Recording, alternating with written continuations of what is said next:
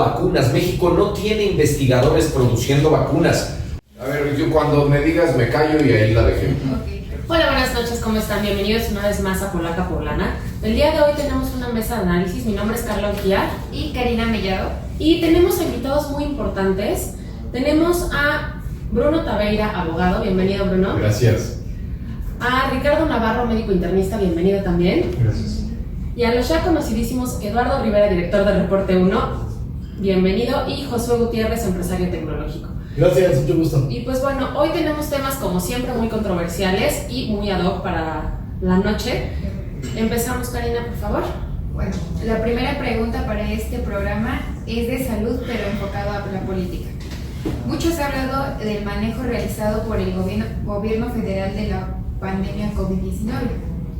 ¿Qué opinión les merece el control de esta pandemia desde el año 2020? ¿Qué opinan sobre el suministro y aplicación de vacunas en México a la fecha? ¿Creen que tengamos una tercera ola de incremento de casos graves en Puebla? ¿Nos puedes dar tu opinión, por favor, doctora Navarro? Sí, con todo gusto. Pues primero que nada el manejo sobre esta pandemia ha sido bastante irregular. Es decir, yo mismo he estado durante muchos meses en la primera línea tratando pacientes afectados con COVID-19 y en una institución pública. La situación aquí es que, pues, nosotros lo vimos de primera mano. Llegó el momento en que la situación era muy caótica, era muy difícil. Usualmente los pacientes que pues, acaban siendo de terapia intensiva, pues los teníamos multiplicados por decenas y pisos llenos de pacientes intubados. Aquí lo difícil para nosotros como médicos de primera línea era pues que teníamos que muchas veces pues ver cómo hacíamos para que los insumos que teníamos multiplicarlos, ¿no? Y que nos alcanzaran para todos nuestros pacientes. Esto yo creo que se puede evidentemente ver desde una perspectiva macro. Yo lo menciono ahora desde lo micro, desde lo individual. Sin embargo, desde nivel nacional pues básicamente se repite la misma historia una y otra vez, lo cual hace que sea, pues, desde mi perspectiva, tan catastrófico el manejo, ¿no? Se habla con las muertes excesivas y con ese exceso de muertes durante todos estos meses que llevamos, pues ya es más de un año y medio por ahí. Tenemos cerca de entre 500 y 600 mil muertes y eso evidentemente pues son muertes que no debieron haber sucedido, ¿no? Ahora, desde la perspectiva política es todavía un poco más complejo. ¿Por qué? Porque pues también se comprende que el sistema de salud como tal estaba muy dañado, ¿no? Cuando le llega la pandemia al gobierno, pues ellos obviamente no contaban con una situación así, no estaban esperando, como nadie, yo creo, en toda la humanidad estábamos esperando una situación de estas características y nos pega fuerte. Es muy desafortunado.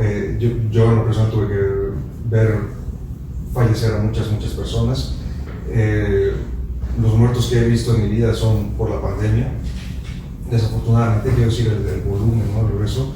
Y es importante, ¿por qué? Porque también queremos tratar de empezar a ver una luz al final del túnel cuando a partir de hace varios meses que empiezan a desarrollar las vacunas, ¿no? Y ahora se empiezan a desarrollar las vacunas, empiezan a aplicarse y empezamos aquí en México por ahí de finales de enero, probablemente inicios de febrero en todo el país y la situación es que todavía estamos en un porcentaje muy bajo para poder siquiera empezar a pensar en una inmunidad de rebaño, que es a la que queremos llegar, que eso es cuando más o menos, por lo menos al 60-70% de la población le haya dado o esté vacunada de COVID-19. Todavía no estamos en esas cifras y estamos lejos de estarlo. Con base en las mismas cifras de la Secretaría de Salud, que también ellos mismos pues a veces se llegan a contradecir. Entonces es difícil como establecer bien el panorama, ¿no? Lo cual pues también ensombrece para nosotros como médicos la cara, digamos, del enemigo que es este COVID-19, ¿no? Ese es el verdadero enemigo. No es ni el partido político X ni el partido político Y, y eso es lo desafortunado, porque entre esas riñas nos hemos llevado a muchas personas inocentes. Entonces, ya se está vacunando afortunadamente de manera sistemática, pero no con la intensidad que se necesitaría. Y luego, ¿qué pasa? Que también hay decisiones que pues, son un poco cuestionables, ¿no? Desde mi perspectiva es, tenemos las vacunas que nos están llegando, no nos han llegado, insisto, como para compararnos con países, no digamos, de otro nivel, ¿no? De otro nivel de PIB y de ingreso económico y demás, sino de ingresos similares al nuestro. Estamos aún debajo de la media de porcentaje de vacunación de las personas. Entonces, con esto en mente, llegan de repente cierto número de vacunas. Por ejemplo, si no me equivoco, fue AstraZeneca la que se dio a otros países. Eso está bien, pero también tenemos que pensar que pues, nosotros en muchas áreas, digamos como de la medicina, es pues primero yo, después yo y al final yo, ¿no? ¿Por qué? Porque si queremos poder auxiliar a terceros, necesitamos primero estar bien nosotros. Es como en el avión, ¿no? Te dicen, antes de auxiliar a cualquier otra persona, si hay una turbulencia, una contingencia mayor, tú ponte al oxígeno y después tratas de ayudar a terceros, ¿no? Es algo similar, eso lo podemos extrapolar a lo macro, ¿no? Entre países. Pues si queremos ayudar, pues primero deberíamos, pienso yo, fortalecer nuestro sistema de salud internamente, nuestro sistema de vacunación, que ha sido pues también controversial, ¿no? Lo recordamos con aquellas dosis que parecía que pues, a lo mejor eran errores humanos, ¿no? Pero pues, para saber cuántas veces se replicó eso que no se grabó, ¿no? Y entonces ahí entran las suspicacias de qué estará sucediendo, esto de que sucedió en la Ciudad de México, pues de un vial que Pfizer recomienda sacar 6 dosis cuando ellos estuvieron sacando 7. Entonces dices, esa no es la dosis que se tiene que dar. Es como si tu dosis de antibiótico yo te doy a lo mejor la mitad, ¿no? O sea, y obviamente pues no vas a tener la respuesta contra la bacteria con la que estás luchando, ¿me explico? Entonces, son estas cosas que han puesto mucho sobre el ojo del huracán a toda esta contingencia, y que evidentemente trasciende, pero por mucho, la situación de salud y nos lleva a estos territorios que pues son desafortunados. Entonces, pues desde mi perspectiva, este es como se ha desarrollado todo esto, ¿no? Nosotros quisiéramos poder muchas veces tener más armas para enfrentar todo esto, y pues no olvidar que estamos de cara a la tercera ola, que ya está sobre nosotros. Ya estamos en eso, y hay estados en los que ya la ocupación hospitalaria ya está como en meses anteriores, como inicio de año, por ahí. A lo mejor todavía no tan saturado, pero se podría acercar. ¿Por qué? Porque no olvidemos que está la cepa Delta, que es la de la India. Tenemos 10 segundos. Que pues bueno, esto, ¿no? Que es bastante patogénico. Bueno, muchas gracias. Eduardo, ¿nos aportas tu opinión, por favor? Gracias. Bueno, lo que sí hemos observado, y haciendo eco de lo que dice el doctor, en realidad lo peligroso en este momento es el acercarnos a la tercera ola del COVID-19. Creo que fue un momento importante lo de las elecciones del 6 de junio, y derivado de eso han pasado las siguientes 2 semanas, y creo que es el momento de concentración de mucha gente en el país. Da este renacimiento, diríamos, de más casos de COVID. El informe que da la Secretaría de Salud hasta el día de ayer o del fin de semana pasado es que se han colocado 42 millones de dosis, casi 43 millones de dosis, y eso echa muy por abajo lo que mucha gente decía el año pasado, de que nos íbamos a tardar años para vacunar a México. Y creo que el gobierno, aunque no lo ha hecho nada bien, pero tampoco tan peor, por el hecho de que estamos entre los primeros 14 o 15 países con colocación de dosis, y esto ayuda mucho a México de alguna manera, buscando esto que le llaman la inmunidad de rebaño. Pero recordando un poquito del pasado, a la pregunta que nos hacen aquí nuestras compañeras conductoras, es ¿qué tanto México ha manejado esta pandemia? ¿Qué bien o qué tanto lo ha hecho mal? Yo diría, desde mi punto de vista, que lo ha hecho bastante mal, porque muchas cosas se pudieron haber evitado desde el año pasado. Desde el momento en que no fue obligatorio el uso del cubrebocas, cuando debió de haber sido, como en muchos países se empezó a realizar. Debió también de haberse manejado otro tipo de política en el aeropuerto, en las llegadas internacionales, y cuando esto ya en otros países lo hacían, México no lo aplicó, no lo hizo, y era importante tener mayor manejo de las personas que llegaban de otros países. Creo también importante que no se hicieron pruebas rápidas, no se hicieron pruebas, y eso era importante, como en otras naciones en Europa lo estuvieron realizando. Creo que rebasó por mucho a la Secretaría de Salud esta situación de la pandemia, y como bien lo dice el médico, no estaba preparado México para principalmente los hospitales, y se tuvo que ir, correr de alguna manera para preparar hospitales para los enfermos de alto grado. Después de todo esto hubo muchas noticias falsas alrededor de la pandemia, y creo que eso también ha dañado el manejo de la información. Pero bueno, al final del día esto es lo que hay, esa es nuestra realidad país, y creo que poniendo el trabajo de tanto muchos médicos a los que creo que tampoco se le ha dado el reconocimiento, creo que ese es lo más importante, el valor de los mexicanos, de los médicos mexicanos, también médicos cubanos que han llegado a ayudar al país, aunque a muchos no les ha gustado, pero el trabajo de entre los médicos mexicanos, los médicos cubanos, los médicos del ejército, creo que ha ayudado mucho a que sean menos los muertos. Obvio, deberían de ser mucho menos muertos, y no la gran cantidad que tenemos de muertos, insisto, porque no fue, para mi punto de vista, manejado a tiempo el manejo de la pandemia como debía de haber sido. Bueno, muchas gracias. Bruno, ¿nos puedes dar tu opinión? Con mucho gusto. Bueno, yo definiría la pandemia y el tratado que se le ha dado a la pandemia en 3 pilares importantísimos.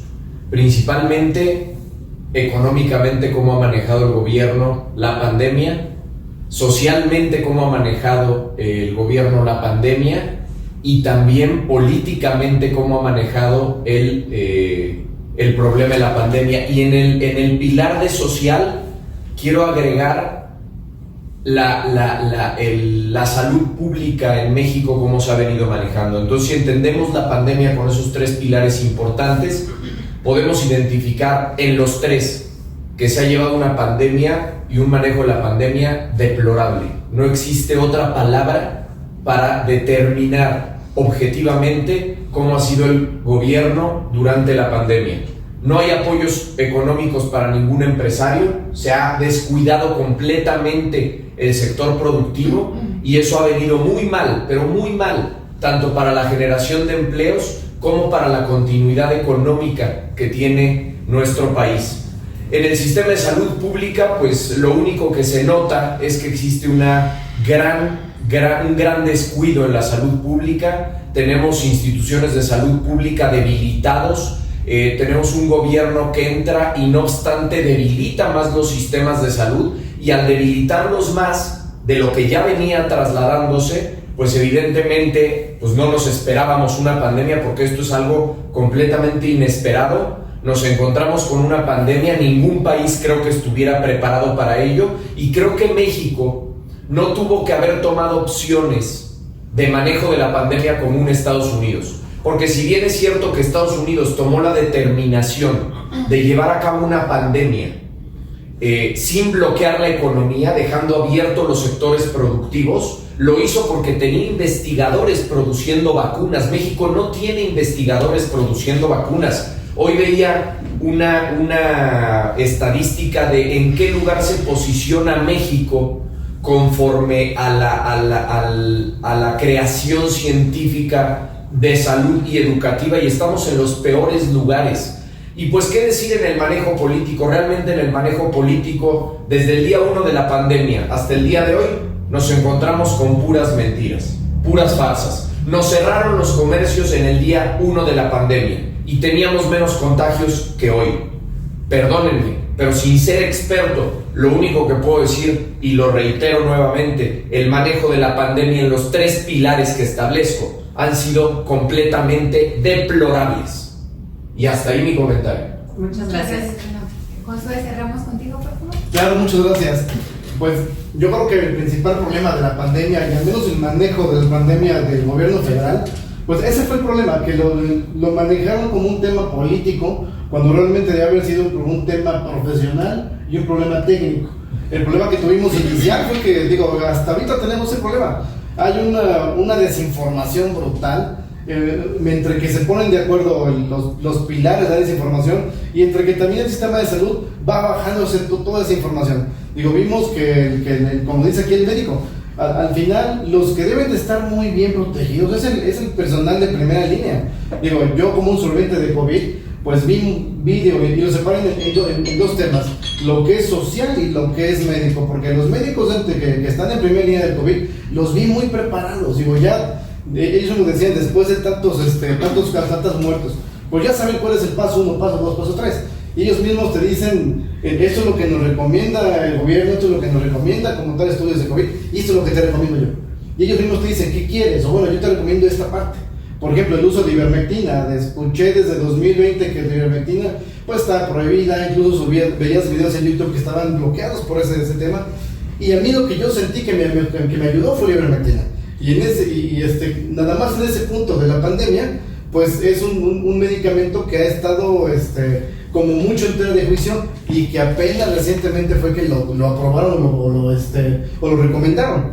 Entonces, ¿cuál es lo que nos resta hacer? Digo, porque al final la pandemia no ha parado. Ya vimos que en todos lados vino una tercera ola, incluso en Israel, que ya era un país que estaba domando la pandemia, que ya había permitido que sus ciudadanos no portaran el cubrebocas y las medidas como tal necesarias, y vuelven a caer otra vez en pandemia.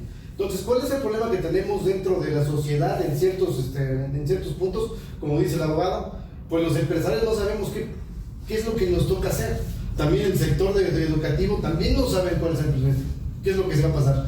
Y gran parte de la duda que se tiene es, bueno, si ya se ha manejado muy mal la pandemia, porque realmente comienza desde ahí, comienza con dar información, y como decía el médico acertadamente, si ya te recomendaron que de un solo paquete solamente ocupes 6 dosis, ¿para qué ocupas 7? Digo, ahí se ve al 100% que fue un tema político. Vamos a sacar el mayor provecho de lo que se tiene para que, aunque tengamos desabastos, podamos ir cumpliendo un poco la imagen, ¿no?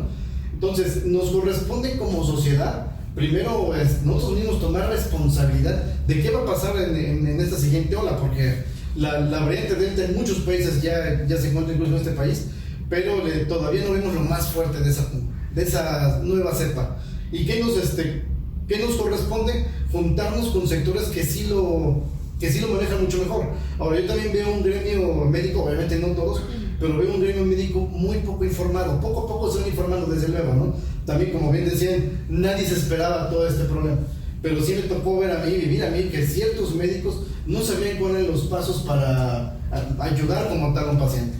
Entonces, número 1, nos corresponde tomar nuestras responsabilidades, y número 2, vamos a buscar la información en donde sí sea veraz, en donde no contemos con un problema político, porque vamos a tener información que les sirve a unos y no a otros. Muchas gracias, Josué. Vamos con la segunda pregunta. Queremos hablar un poco de política bilateral México y Estados Unidos. ¿Cómo ven la continuidad de la construcción del muro en la frontera de Texas, impulsado por el gobernador de ese estado, Greg Abbott, con el apoyo de Donald Trump? Es cierto, estamos muy lejos, pero ¿afecta o no las relaciones con México? Empezamos contigo, Bruno, por favor. Claro que sí, muchas gracias. Bueno, en principio creo que todos los países tienen todo el derecho de construir lo que tengan que construir para garantizar la seguridad de su población. Yo sería de la idea de no politizar tanto el escenario del muro como tal. Sin embargo, creo que las relaciones bilaterales entre México y Estados Unidos se encuentran en un momento muy delicado, más por el Tratado de Libre Comercio que por la construcción de un muro. La construcción de un muro lo que nos está haciendo ver es que Estados Unidos está tratando de limitar el acceso a una mano de obra económica, a una mano de obra de calidad que está llegando a través de los medios de la frontera mexicana, y evidentemente tenemos población de todo Sudamérica que está llegando a este país. Ese país está en plena libertad de desarrollar lo que quiere, pero estamos descuidando un punto súper importante del Tratado de Libre Comercio. Y este punto muy importante es que cuando llegan al acuerdo de los salarios para toda la gente que trabaja en el sector automotriz, le dice Estados Unidos a México, y México se compromete a algo que incluso sería denigrante para el resto de los obreros nacionales. ¿Por qué razón? Porque Estados Unidos obliga a México en el Tratado de Libre Comercio a pagar el mismo sueldo que pagan en Estados Unidos a todos los obreros que se dediquen al sector automotriz. Con ello, evidentemente, a México lo pone en una disparidad completa entre obreros que trabajan en el sector automotriz y obreros que no trabajan en el sector automotriz. Sin embargo, México no está cumpliendo con ese convenio derivado del Tratado de Libre Comercio, y eso sí está frustrando la relación bilateral entre México y Estados Unidos. ¿Y por qué digo frustrando? Porque en el tema político nos percatamos de muchos acuerdos de los cuales muchas veces los ciudadanos ni nos enteramos. Son acuerdos que evidentemente a ningún país le conviene estar en un conflicto permanente. Sin embargo, en este escenario ya tenemos demandas por sindicatos de obreros de Estados Unidos demandando que en México no se ha cumplido con el Tratado de Libre Comercio. Yo exhorto a todos los mexicanos a hacer un análisis claro y evidente de qué es lo que realmente está atacando a nuestro país, porque hay muchísimas burbujas que despistan la atención del ciudadano. El muro es una de ellas. Es un muro que están tratando de publicitar de tal forma que está desviando lo que objetivamente está perjudicando en las relaciones bilaterales. El Tratado de Libre Comercio no se está cumpliendo a cabalidad. El Estado mexicano firmó un tratado de libre comercio sin tomar en consideración al resto de obreros. Fue irresponsable en la firma del Tratado de Libre Comercio, y eso sí, está fracturando las relaciones bilaterales, no políticas, sino sindicales y obrero-patronales. Muchas gracias.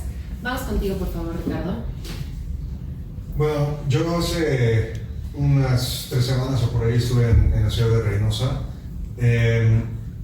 Pude ver de primera mano la situación tan triste y tan lamentable que se tiene en esa ciudad, y por ende pues puedo imaginar que así se replica en las ciudades fronterizas. ¿Qué pasa? Evidentemente pues Reynosa hace frontera con el estado de Texas. La situación migratoria allí es muy tensa, incluso porque hay campamentos pues que evidentemente son irregulares, digamos, de migrantes centroamericanos y sudamericanos, y pues sabrá Dios de dónde vendrán esas pobres personas, pero pues que están en una situación pero más que lamentable, ¿no? Y todo se da desde ese cierre de la frontera, como bien mencionaron ustedes, que venimos arrastrando, que parecía, por lo menos como bien lo dices, que se publicita mucho más a raíz desde que hacían las primarias del Partido Republicano, cuando venía Donald Trump allí haciendo mucho ruido y que los mexicanos son lo peor y no sé qué, y etcétera, etcétera. Y eso se viene arrastrando desde entonces, y no se acabó, ¿no? Evidentemente no se termina con Donald Trump.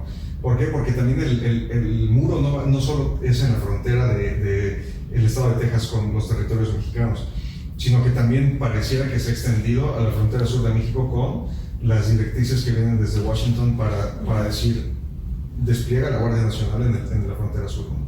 Entonces, todo ese problema es sumamente complejo, nos llena de problemas, y que es difícil sacudirnos de esos problemas. Eso es todo. Gracias. Por favor, José, ¿me puedes apoyar con tu respuesta? Claro, muchas gracias. Pues mira, sí, al final creo que todos estamos conscientes de algo, que el tema del muro, pues inicialmente fue una payasada de Donald Trump, y creo que al final sí logró su objetivo. Que es lo que quería llamar la atención de toda esa parte de Estados Unidos, que nos dimos cuenta que estaban totalmente polarizados, y al final fue un tema electoral que le funcionó mucho. Pero si nos ponemos a analizar, como dice aquí el amigo, quiénes están, o más bien quiénes están apoyando como tal el tema del muro, vemos que el principal apoyo viene de Texas, y Texas es una sociedad, o al menos la gran mayoría de la sociedad, que está en supremacía blanca.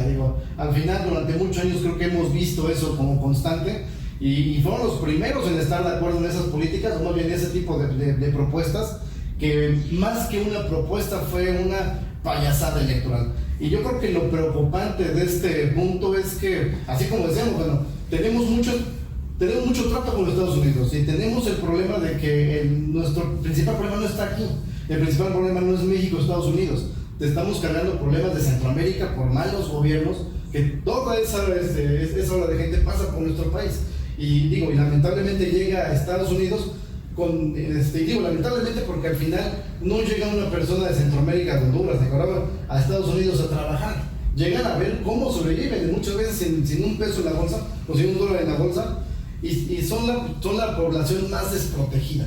Al final, como dicen, todos tienen derecho a poder opinar y hacer lo que quieran con su país, pero el hecho más grave, tenemos un trato con Estados Unidos que al final nos está comiendo pues prácticamente el tema electoral.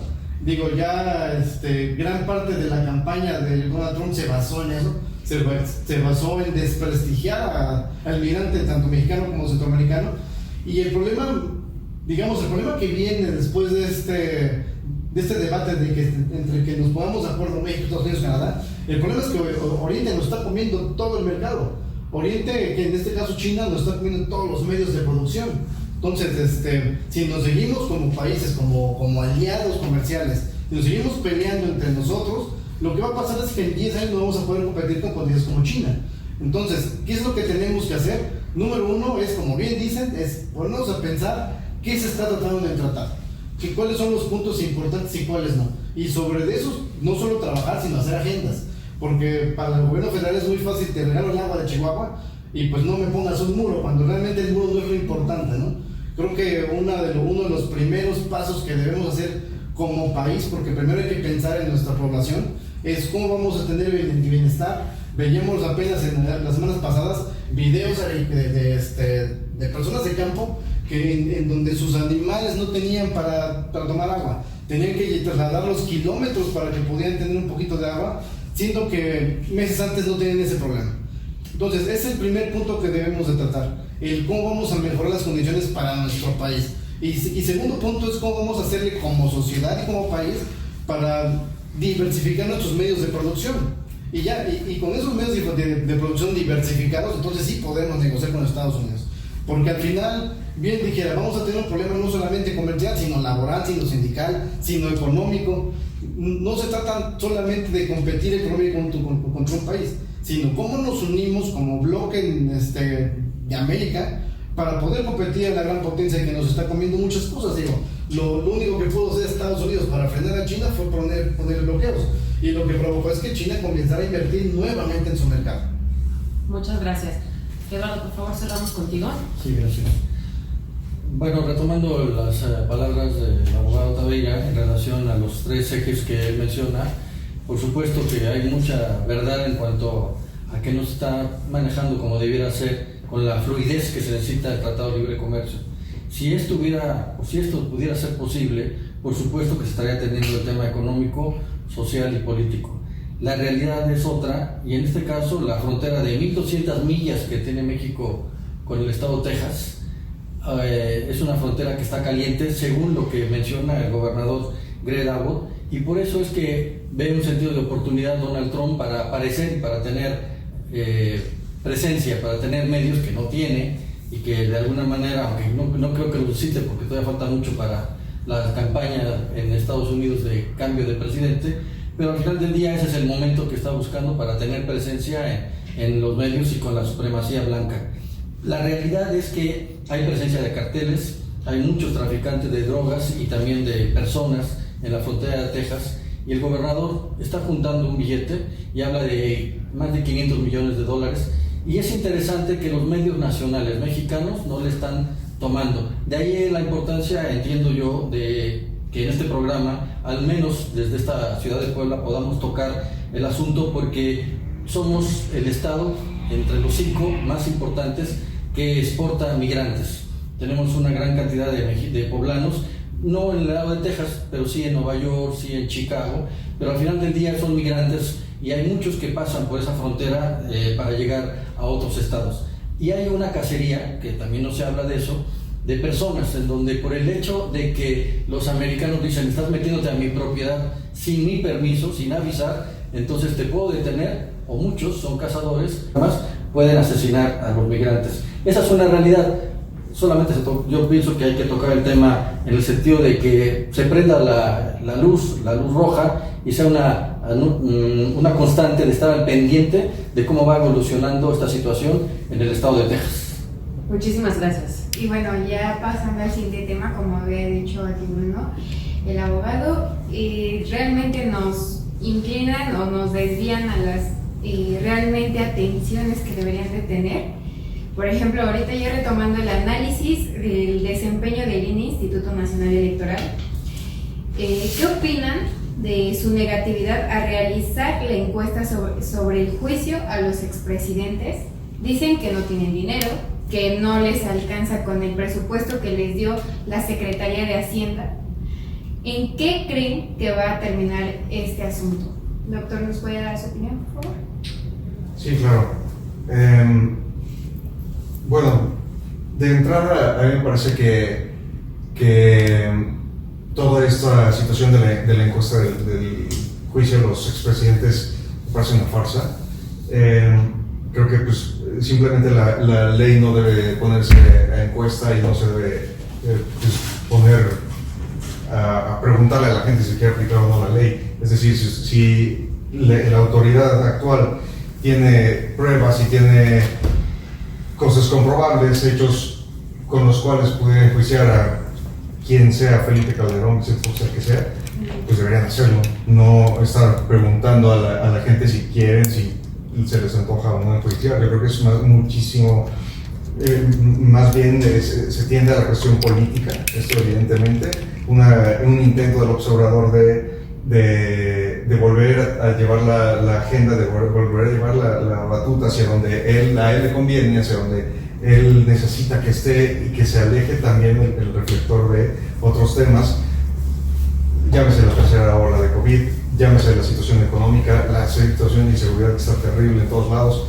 Entonces, hay mucha tela donde cortar y creo que con esto definitivamente bajar la agenda por varias semanas y obviamente eso le va a dar oxígeno a su administración para poder seguir adelante y más pues, después de algo que yo considero pues, que no fue el mayor éxito. Si bien es cierto no fue el gran fracaso electoral después de las elecciones intermedias, no le fue como él hubiera querido, no se queda con la mayoría absoluta, con la mayoría calificada en el Congreso, pierde la Ciudad de México, etcétera, etcétera. Entonces eso le va a ayudar mucho y creo que esto simplemente no va a acabar siendo una encuesta o como le llamen, que pueda ser pues algo que en realidad que se vaya a aplicar finalmente, ¿no? O sea, si ellos tienen pruebas, si tienen los medios legales, harían y procederían judicialmente contra los expresidentes, nada más. Muchas gracias. Eduardo Rivera, ¿nos puedes dar tu opinión, por favor?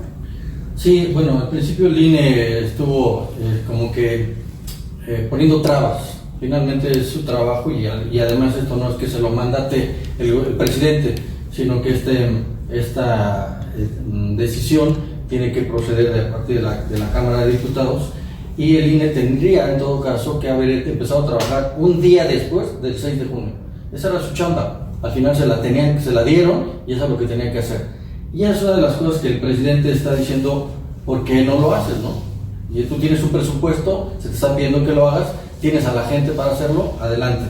Estaban pidiendo 1.500 millones de pesos, no se les permitió, no se les dio ni un quinto, y ahorita hablan de que van a hacerlo con 500 millones de pesos, y la realidad es que ya han aceptado hacer esta encuesta, y hablan de que van a contratar a 287,000 personas, mismas de las que se ocuparon para las diferentes casillas.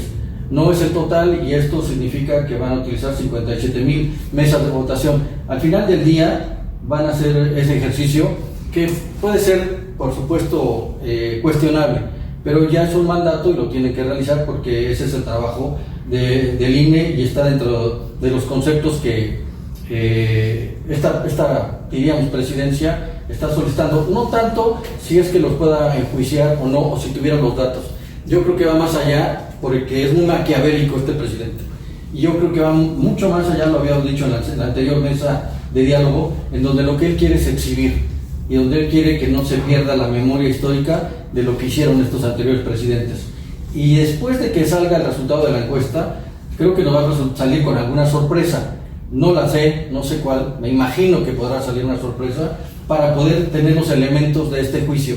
Por supuesto, concuerdo con el doctor en relación a que puede ser una cortina de humo, es un distractor, pero bueno, ya está, es un hecho, está en el camino, y el INE, al final del día, ya está trabajando un mes, me parece, o 25 días tarde, porque nada más tiene todo el mes de julio y los primeros días de agosto para realizar este trabajo.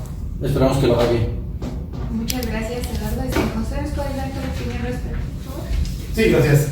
Efectivamente, pues uno de los puntos importantes que platicábamos ya de ese tema, pues era de que no se puede hacer una ley a la carta, ¿no? O sea, al final, pues el hecho de que hagas una encuesta para saber si la sociedad cree que está viendo mal enjuiciar a un presidente, pues yo creo que no son las formas ni es el camino.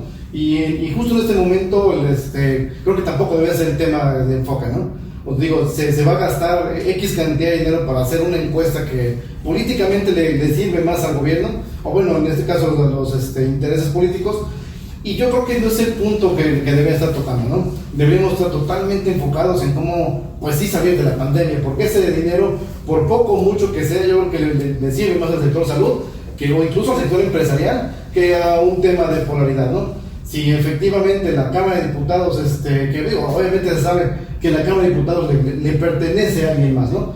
Que la agenda que lleva la Cámara de Diputados no la llevan ellos mismos, sino que la lleva, pues en este caso, el presidente de la República, ¿no? Y creo que es uno de los temas que al final se va a hacer, porque como dice el amigo, ya está en camino el proceso, ya nada más esperamos en qué momento se tenga que hacer esa encuesta, pero creo que ese tendría que ser un punto importante para las siguientes elecciones. Yo sé que al final no es un tema, pero tiene que ser un punto en cómo se va a gastar un dinero, cómo se va a gastar un recurso que le pertenece a la sociedad. Si realmente es importante enjuiciar a un presidente, no porque no lo sea, sino que ese recurso, ¿por qué se está ocupando en un tema que no debe de ser una prioridad? Yo creo que a eso va el punto de mi comentario.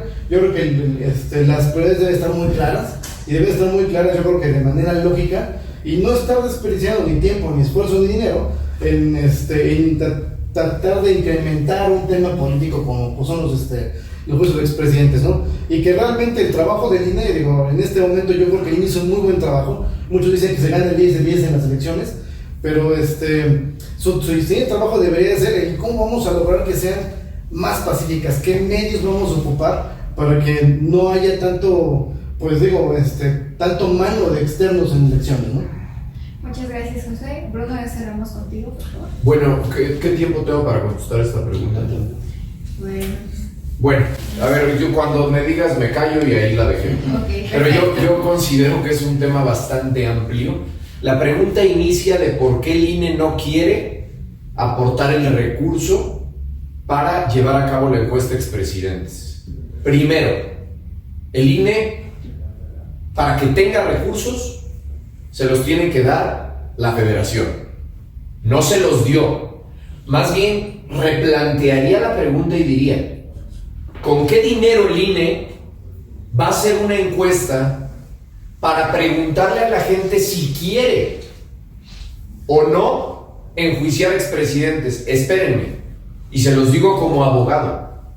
Cuando de inicio a muchos de ellos no se les va a poder enjuiciar porque ya prescribió el delito, porque es inconstitucional o por algunos otros conceptos que pudiéramos adentrarnos jurídicamente.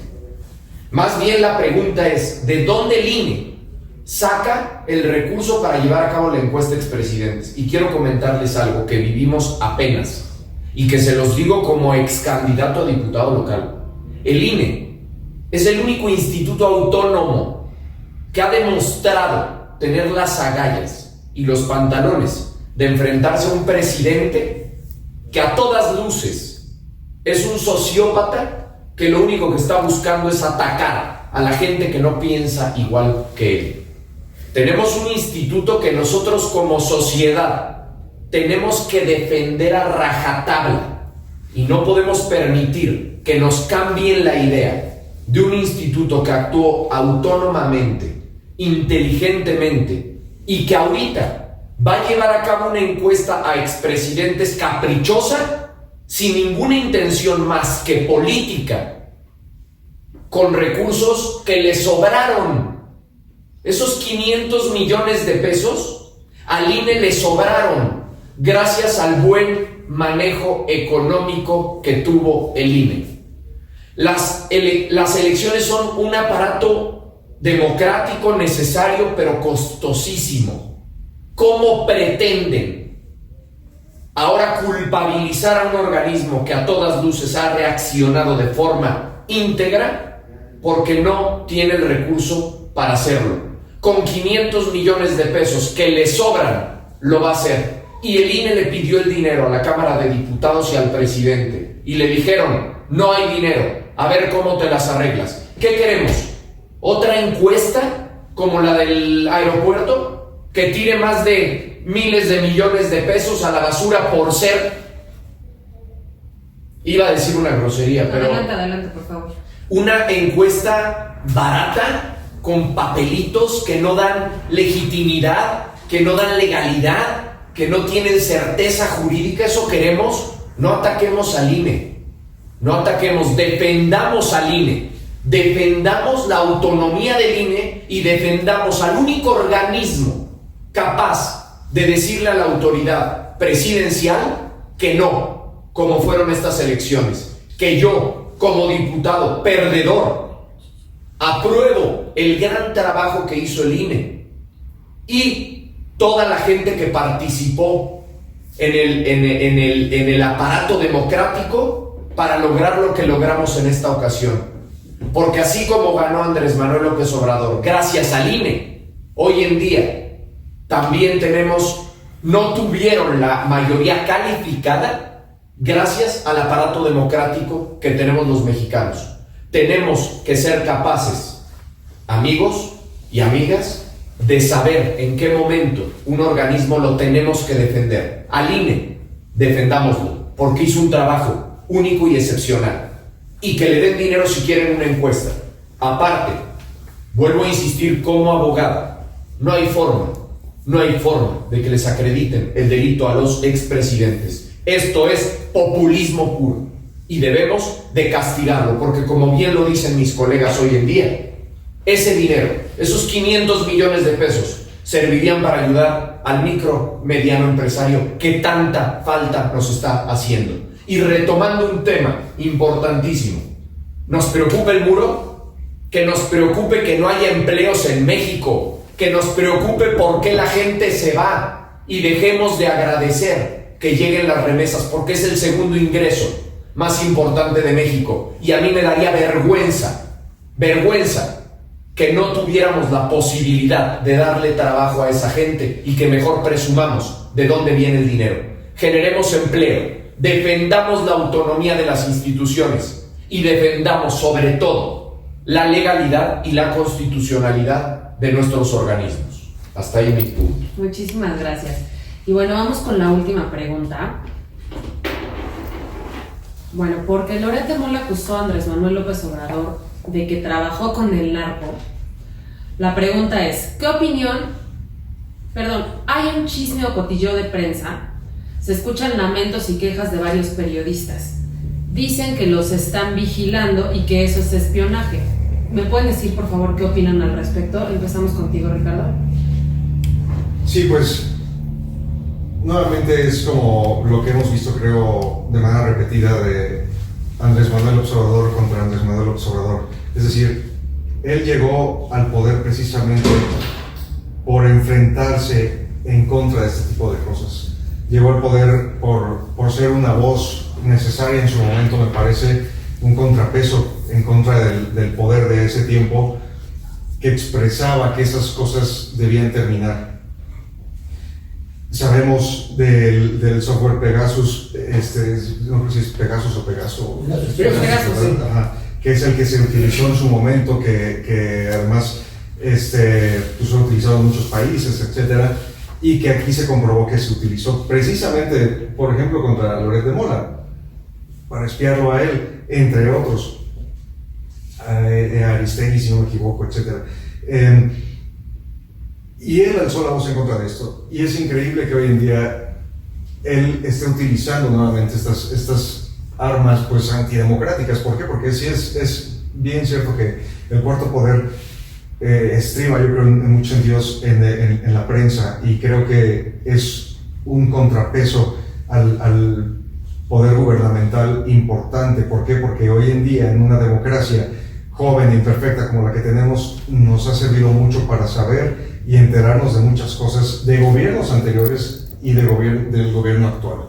Es decir, que también ahí se involucran, pues, increíblemente sabemos que este gobierno actual pues está hecho de una masa medio amorfa de un poquito de todos los partidos, y esto pues viene arrastrando un pasado especialmente priista, creo yo, que no se puede acabar de sacudir y que creo que no se van a quitar nunca, porque aparte ni siquiera lo pretenden hacer así, y eso pues evidentemente pues es en detrimento de nuestra esta joven democracia de la que hablo, y que creo que es importante alzar la voz y estar también en contra, como Andrés Manuel estuvo en contra de esto en su momento. Muchas gracias. Bruno, ¿me puedes por favor Con apoyar mucho con tu gusto. respuesta? Considero, como bien lo dice el doctor, que el cuarto poder es los medios de comunicación, y hoy integro los medios de comunicación haciendo énfasis principalmente en Internet. Hoy vemos a un Loret de Mola a través de YouTube, hoy vemos más bien hoy vemos lo que queremos ver. Eso es un gran problema que tenemos en México, porque si yo soy pro gobierno, me puedo meter a ver todo el aparato político que el gobierno ha generado para que se vuelva una ideología de idealización mayor a través de los medios de comunicación como YouTube. Si tú eres contra gobierno, puedes ver todo lo que va a atacar al presidente, y eso se me hace peligrosísimo, porque regularmente no sabemos investigar y nos metemos a ver lo que queremos ver, y lo único que vamos a hacer es reafirmar lo que queremos escuchar. Sin embargo, creo que los que tenemos una educación previa a los medios de comunicación, que creo que somos todos los que estamos acá, yo casi me la pierdo, pero no me la perdí.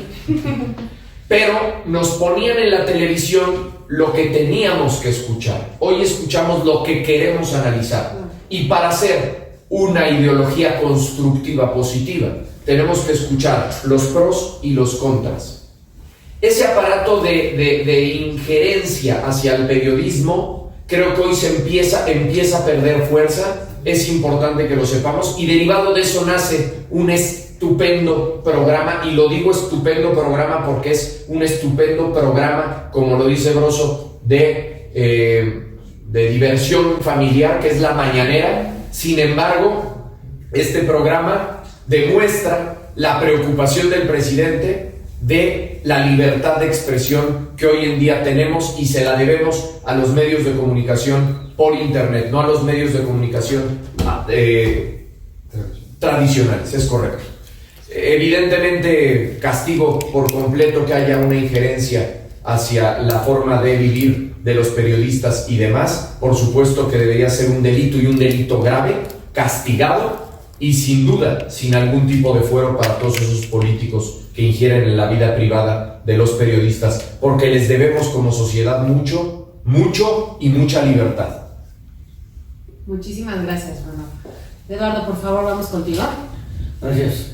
Bueno, haciendo un poquito de eco nuevamente con lo que menciona el abogado Taveira, es importante darle un poquito de contexto al auditorio que nos está escuchando, y para que tengan un poquito de idea de lo que pasa en muchos países. Existen estos centros de inteligencia. En anteriores ocasiones, algunos años atrás, existía la Dirección Federal de Seguridad, esta que hizo muchas cosas muy malas en este país, en la época del 68, por ejemplo, con el Tlatelolco y todo lo que pasó en ese momento, con Echeverría, con Gutiérrez Barrios, cuando había realmente un sistema que se decía democrático, que había disque paz de alguna manera, y de ahí nace más adelante el CISEN. Ese centro que dice en muchas ocasiones López Obrador, me espiaba, era una técnica constante de espionaje, y hoy lo desaparece. Con estos 3 años que tiene llega y lo desaparece, pero se crea el Centro Nacional de Inteligencia, y que lo controla el general Audomar Martínez. Para que sepan un poquito de esto, y no les voy a dar una charla de este tema, sí los invito, igual que como menciona el abogado y todos aquí en la mesa, lean, investiguen, para que tengan información de ambos lados, ¿no? Este centro de investigación no lo defiendo, pero es necesario por muchas razones y por muchas cosas.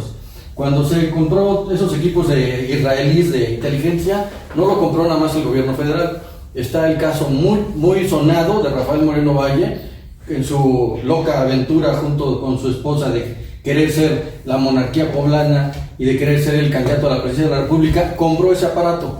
Y ese fue el motivo de disidencia o de ruptura con Manzanilla, que fue el que lo descubre y lo expresa y lo hace dar a conocer de que ese aparato existía. Hasta la fecha nadie sabe dónde está, no se sabe si lo siguen utilizando, quién lo tiene, no existen facturas ni de los más de 400 millones de euros que se pagaron por la tecnología y por toda la asesoría que tuvieron que dar. Esto es muy importante, insisto, no lo digo yo, simplemente hay que ver las noticias, investigarlo, pero relacionado con la pregunta que nos hacen de los periodistas que se sienten espiados, el espionaje, yo les diría, ¿y qué esperaban? Es real. No porque esté bien que se lo estén haciendo, simplemente estamos viviendo en un país en donde eso lo pueden utilizar los buenos, los malos, y seguramente habrá mucha gente de la delincuencia organizada o algunos carteles que tendrán aparatos igual y lo estarán haciendo. Es algo que sí es preocupante y le toca a la inteligencia mexicana, en todo caso, atender este asunto, y no es un tema de un presidente, es un tema de mucha gente que está, yo creo que detrás. No veo yo a un presidente que solamente decida, veo a un grupo de políticos, o a una gente, a un grupo, para manipular o para manejar el país. Si lo hacen bien, lo hacen mal, es lo que hay. Pero sí es un tema de foco rojo nuevamente que nos pone, debemos estar atentos a lo que sucede con este tipo de equipos que se compran, que deberían ser utilizados para lo que otros países los crearon. Escuchar las conversaciones de la delincuencia organizada, escuchar ese tipo de cosas que las que puedan ser importantes de tenerlas para poder preservar la paz, no para escuchar a tus rivales políticos, como en algunos momentos lo hizo Rafael Moreno Valle, o lo estarán haciendo en este momento el gobierno federal, no lo sé. Muchas gracias, Josué. Cerramos contigo, por favor. Muchas gracias. Claro, bueno, hablamos de un sector de la población que siempre ha estado a pie de cañón. Siempre tienen ese problema de que lo que puedan decir, lo que no puedan decir, y quién va a atacarlos como tal. Digo, no solamente gobiernos, sino también empresas, empresarios. El gremio o el medio informativo ha estado siempre con ese miedo de decir la verdad. Y creo que como persona, sociedad, lo que nos debe de preocupar es defender siempre la verdad. Digo, hay un medio que al final inicialmente estaba en poder de unos pocos, que es el medio de comunicativo, pero desde que aparecen las tecnologías, desde que aparece internet, desde que aparece el podcast user, pues ya realmente se abre para que todos con un celular, todos con un poco de medios, podamos informar lo que hagamos. ¿Qué es lo que debemos de considerar, aparte de esto? Por supuesto es muy malo que un gobierno o que una empresa o que un sector intente ocultar verdades, intente maniatar a un grupo de población para que no digan lo que piensan y para que no digan lo que es verdad. Al final, como sociedad, debemos entender que somos parte de un algoritmo. Digo, inicialmente hace muchos años, pues éramos parte nada más de lo que nos quieren mostrar, pero en este momento nuestras búsquedas, nuestro intento de gusto por información es lo que le da ciertos, intentos de comunicar lo que podemos ver. Al final sí estamos siguiendo un mismo esquema de qué vamos a ver como información. Es lo que nos debe de preocupar. Debemos ser una sociedad mucho más informada, no solamente de lo que es verdad y no es verdad, sino tener siempre la duda de qué es lo que vamos a buscar en un siguiente paso, ¿no? Desde luego es muy malo y es muy irresponsable dar información que no es cierto, o dar una opinión que no sabemos si es veraz o no. Creo que debemos tener toda la responsabilidad de dar solamente información que podamos comprobar, no despertar chisme en sociedades, porque al final, si bien es sabido que ya las grandes televisoras no tienen el poder que tenían antes, ahorita cualquier persona puede dar una información y cualquier persona puede tener 2, 3, 5, 10 millones de seguidores y desinformar. Al final tenemos que entender que las nuevas tecnologías, que todavía seguimos intentando entenderlas, intentando entender hacia dónde van, Las nuevas tecnologías lo que nos abren la posibilidad es de que también puedan desestabilizar cierta información. Muchos dicen que las redes sociales son un medio para desestabilizar democracias, y aunque sí es un punto, vamos a decir, sí es un punto que lo pueden lograr, también es cierto que nosotros como sociedad debemos estar cada vez más preparados. Lo que también necesitamos pensar, necesitamos ver cómo vamos a solucionar, es que esta generación es la generación con las personas más preparadas, y aún así descubrir la generación con las personas que ganan menos en esta pequeña historia que tenemos moderna de economía, ¿no? ¿Y por qué es un problema? Porque una persona que no obtiene lo que estudió, que quería obtener, se vuelve una persona que puede ser muy sesgada en cuanto a la información, se vuelve una persona que puede escuchar políticas, o más bien escuchar información que es destabilizadora, en este caso populista, ¿no? Entonces necesitamos pues encontrar los medios correctos para decirlo, los pasos correctos para decir información, y que yo creo que al final el atacar a las personas que dan información nos genera que le estemos dando falta de certidumbre como tal a los medios, y lo que podemos provocar es que cada vez exista menos confianza a quienes dan la información. ¿Cuál es el problema que nos vamos a enfrentar en 5 o 10 años? Es que en donde deberíamos de tener una vista mucho más precisa es quién maneja los datos. Pero si tenemos instituciones que no se confían, pues esos datos van a estar desaparecidos. Van a ser datos que están en propiedad de privados, que obviamente van a generar inestabilidad. Entonces, ¿cuál es el punto que quiero recalcar en cuanto a la lucha de un periodista, por decirle verdad? Porque al final un periodista ya puede ser cualquier persona. Claro, digo, es una carrera, es un medio profesional que sí lleva mucha preparación, pero ya en este momento puede ser cualquiera puede dar información. Tenemos que tener primero la responsabilidad de dar una información veraz, y tenemos que tener la responsabilidad como sociedad de defender que esa información se dé veraz, ya sea que nos perjudique o no, que sea buena o no para nosotros. Pero si no defendemos ahorita, mucho después vamos a estar viviendo otra vez en una era de que alguien controle esa información. Muchísimas gracias. Muchísimas gracias, y bueno, yo quiero aquí dar un punto de vista que es muy cierto lo que dicen, y me enlaza al mito de la caverna de Platón.